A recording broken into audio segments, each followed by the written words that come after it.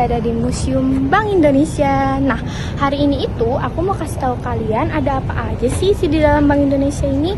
Nah, buat kalian yang mau tahu kelanjutannya, tontonin terus vlog aku sampai akhir ya. 花びらを眺めている手に持った風車回り続けるぼんやりと過ぎてゆく憧れの時間 Ini adalah tampilan pertama saat kita memasuki Museum Bank Indonesia.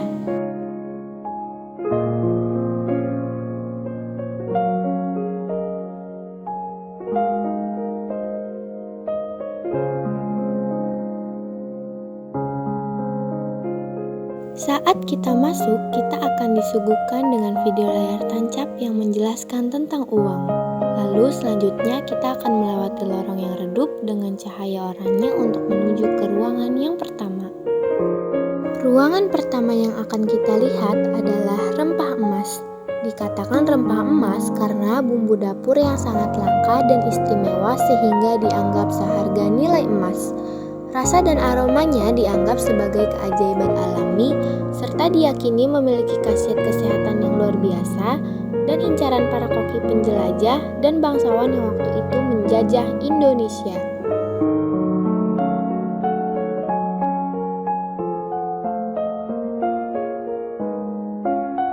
Pada bagian selanjutnya, kita akan melihat-lihat langkah panjang kemerdekaan dan juga proses bagaimana perdagangan bisa masuk ke Indonesia. Di sini ada masa Hindia Belanda, masa kependudukan Jepang.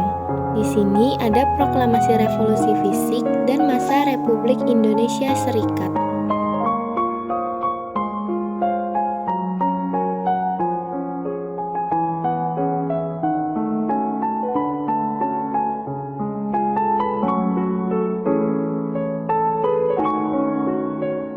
Pada bagian selanjutnya terdapat koleksi uang baik dari kerajaan yang ada di Nusantara maupun uang yang digunakan pada masa penjajahan.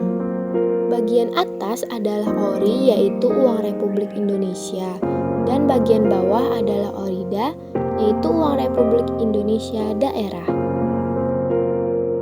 Lalu ini adalah ilustrasi adanya Bank Jawa buka cabang di Belanda.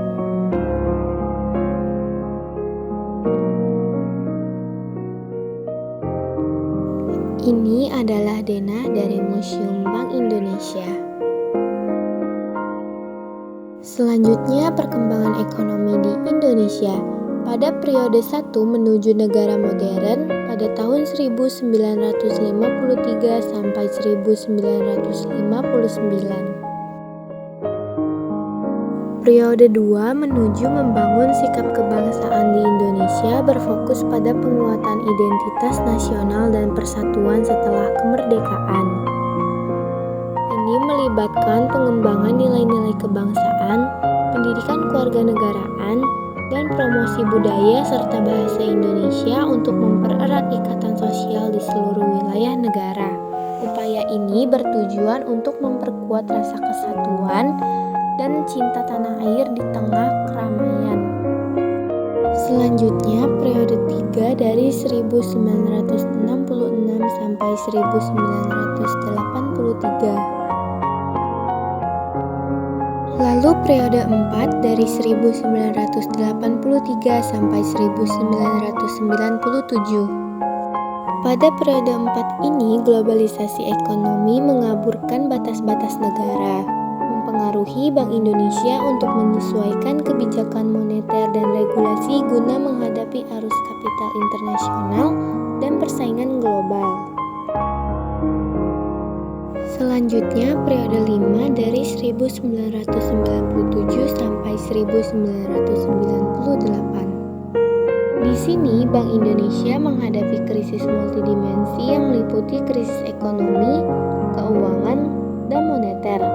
Bank Indonesia berperan penting dalam penanggulangan krisis dengan menerapkan kebijakan darurat untuk menstabilkan sistem keuangan, mendukung pemulihan ekonomi, dan memperkuat regulasi serta pengawasan perbankan.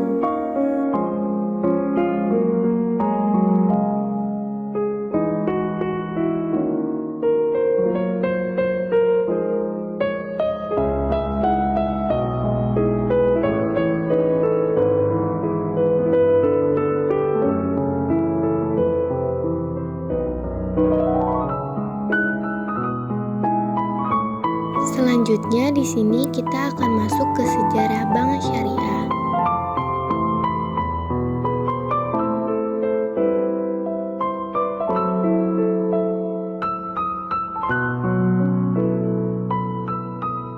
Setelah berkeliling dan memahami sejarah ekonomi Indonesia, selanjutnya kita dapat melihat di beberapa sudut mengenai ilustrasi patung-patung petinggi di Javase, cabang yang sedang melakukan rapat pada zaman itu.